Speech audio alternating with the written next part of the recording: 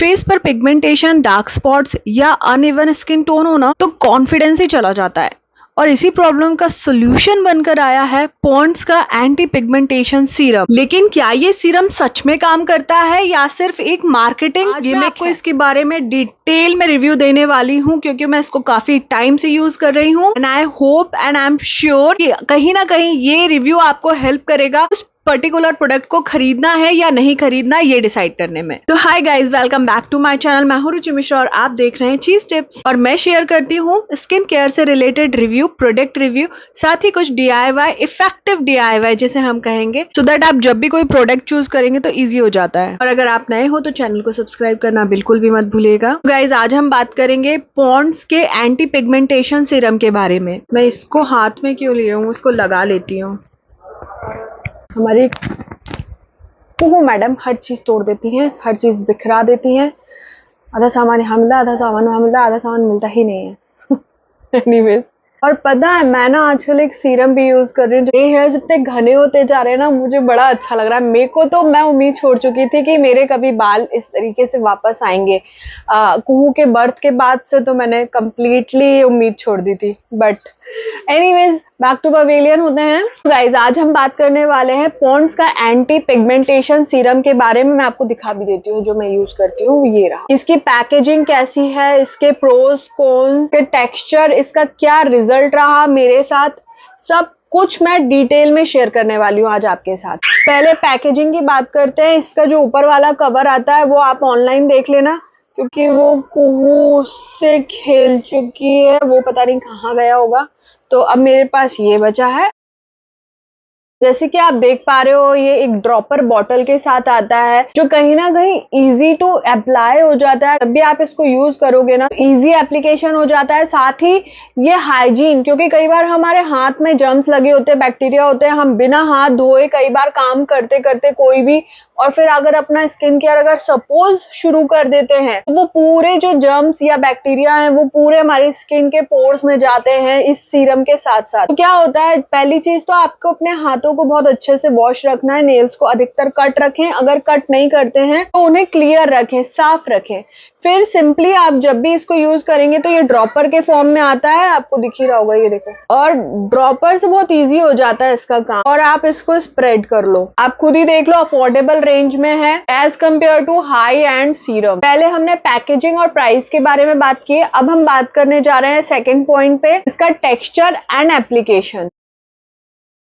Texture आप देख सकते हैं बहुत ही लाइट वेट है, नॉन स्टिकी है और वाटरी कंसिस्टेंसी है। जब भी हम कोई प्रोडक्ट यूज करते हैं ना, अब वैसे भी यार देखो, इंटरनेट के जमाने में 21वीं सदी में अब ऐसा नहीं रह गया है कि हम कोई ऐसे प्रोडक्ट यूज करें जो हम थोपे हुए लग रहे हो, जो हम आप समझ रहे होगे, भारीपन लग रहा हो हमें फेस पे कि हमने कुछ लगाया है। बट आजकल ऐसे प्रोडक्ट आ चुके हैं मार्केट में जिन्हें आप लगा के भी रखेंगे तो लोग नहीं समझ पाए। तो वैसे ही उसी फॉर्म में, उसी कैटेगरी में अगर हम बात करें तो ये बहुत ही लाइट वेट है, नॉन स्टिकी है।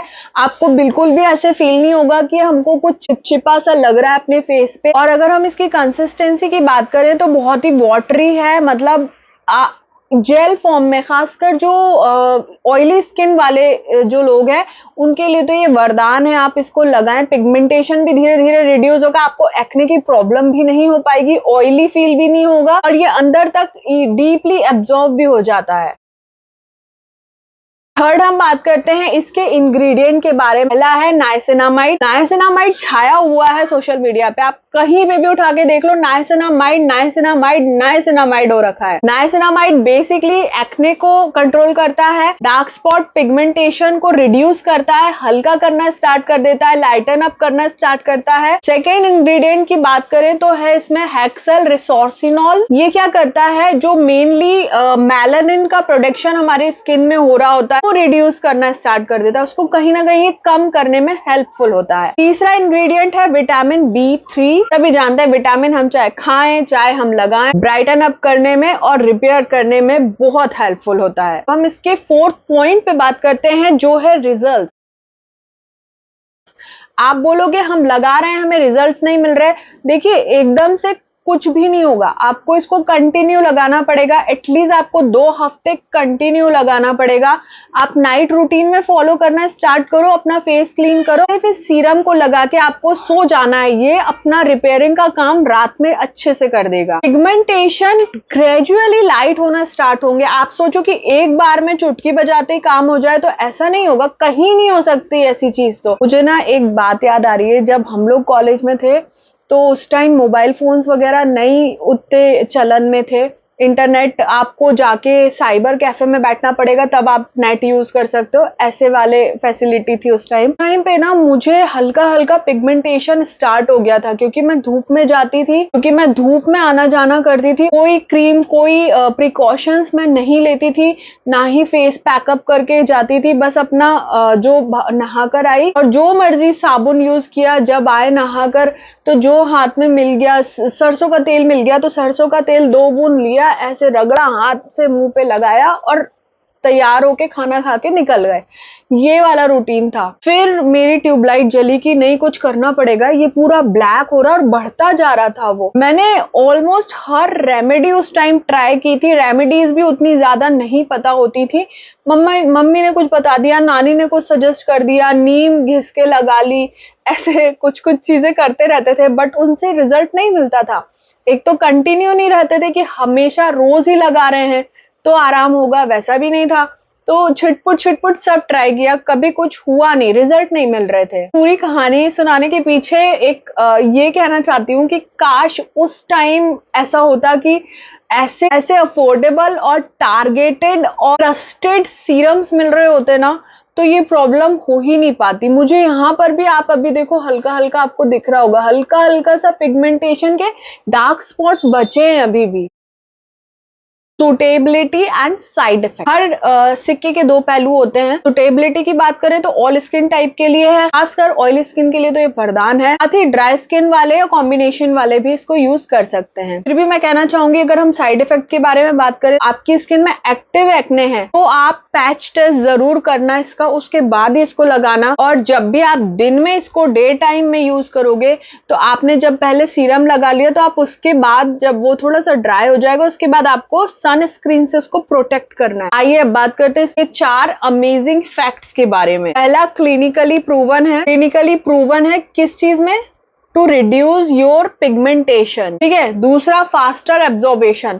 आप बहुत जल्दी में हो, आपने 2 ड्रॉप इसके डाले, इसको रब करा, आपकी स्किन में बहुत क्विकली एब्जॉर्ब होगा, आप सनस्क्रीन लगाओ and you are good to go. Affordable alternative. यार इतने महंगे महंगे पिगमेंटेशन सीरम्स है ना मार्केट में, कुछ आप खुद ऑनलाइन जाके सर्च करो। पिगमेंटेशन के अच्छे ब्रांड के जो प्रोडक्ट्स हैं, 5,000, 7,000, 8,000, 18,000, 15,000, 18,000 तक के इतने रेट हैं as compare to those product की भाई ये तो बहुत रीजनेबल है और आप इन्हें बहुत इजीली डेली यूज कर सकते हो। चौथा है विजिबल रिजल्ट। 4 वीक के अंदर अंदर ही आपको इसके नोटिसेबल रिजल्ट्स दिखना स्टार्ट हो जाते हैं।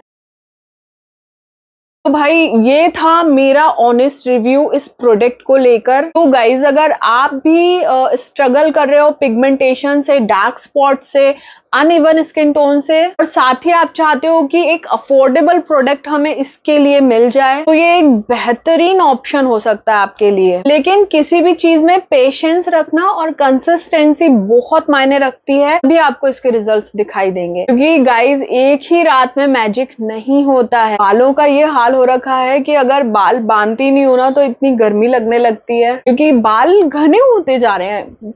मतलब मुझे उम्मीद नहीं थी। हाँ, थोड़ा बहुत डाइट चेंज किया है मैंने और बालों का हेयर फॉल रुक गया है, बाल घने होते जा रहे हैं, काफी अच्छा फील होता है। क्योंकि जब मैंने स्ट्रेटनिंग कराई थी ना 2014 में, तो उसके बाद मेरे बाल ऐसे झाड़ू जैसे हो गए थे ना और कहीं से भी टूट जाते थे। तो गाइज, अगर ये रिव्यू आपको थोड़ा भी हेल्पफुल लगा हो तो वीडियो को लाइक जरूर करना और चैनल को सब्सक्राइब भी जरूर से करिएगा, ताकि इसी तरीके की हमारी मुलाकातें होती रहें और स्किन केयर से रिलेटेड हमारी बातें भी होती रहें। तो चलिए फिर नेक्स्ट वीडियो में जल्दी मिलते हैं, तब तक के लिए नमस्कार।